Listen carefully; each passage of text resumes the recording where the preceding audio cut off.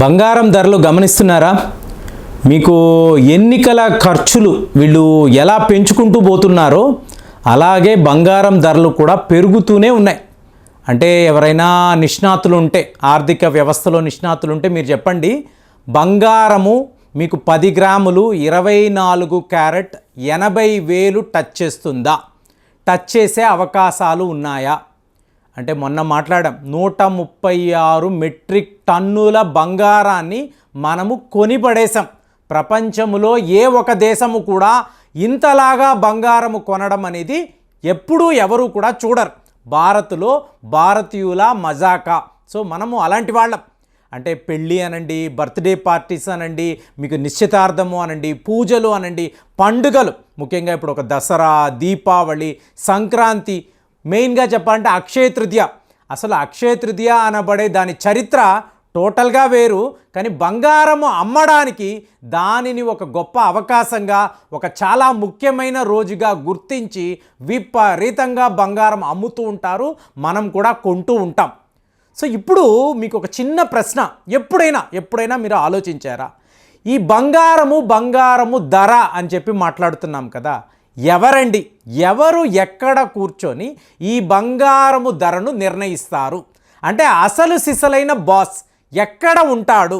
అతను ఈరోజు బంగారం ధర ఇలా ఉండాలి అంటే ప్రపంచమంతా కూడా, మీకు ఎక్కడ ఏ ఒక బంగారం దుకాణానికి వెళ్ళినా కూడా ఆ బోర్డు కనిపిస్తుంది చూసారా, ఎవరో ఎక్కడో కూర్చొని నిర్ణయిస్తారు.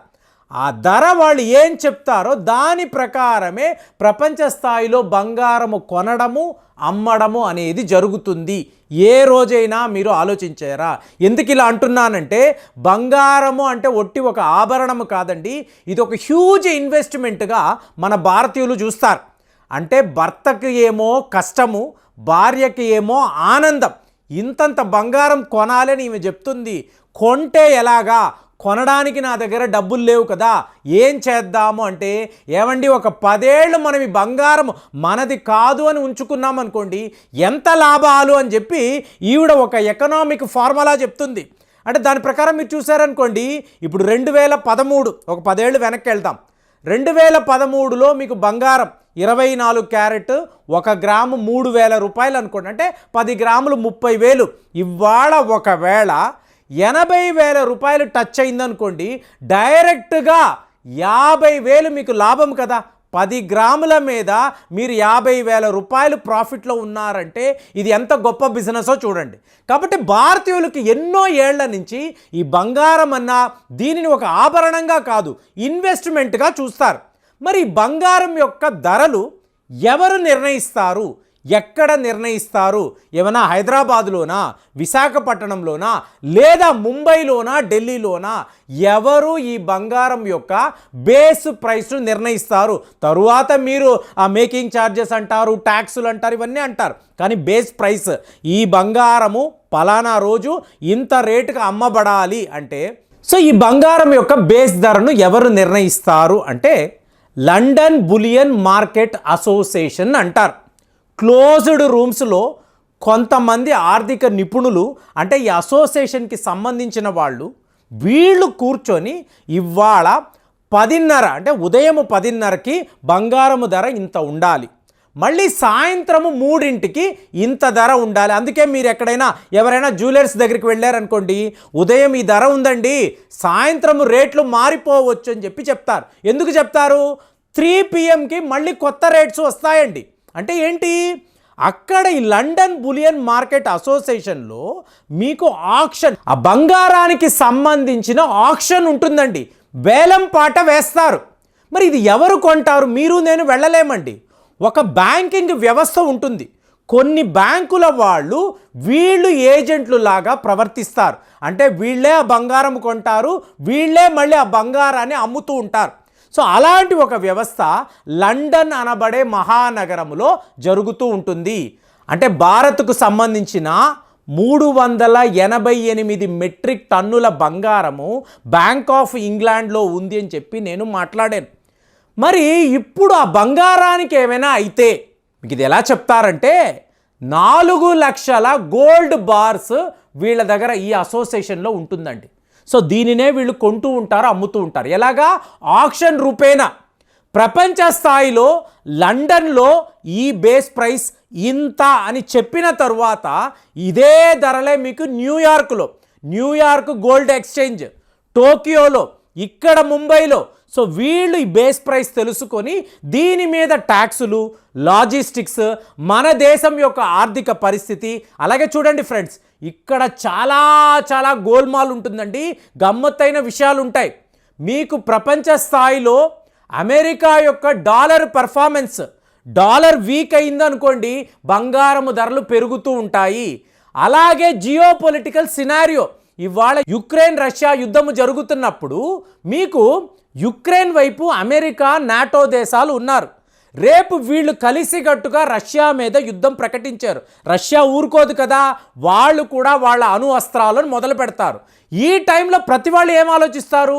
ఒక గ్లోబల్ ఎకనామిక్ క్రైసిస్ రాబోతుంది అంటే పెట్రోల్ గురించి మనం ఎలా ఆలోచిస్తామో బంగారము గురించి కూడా అలాగే ఆలోచించాలి.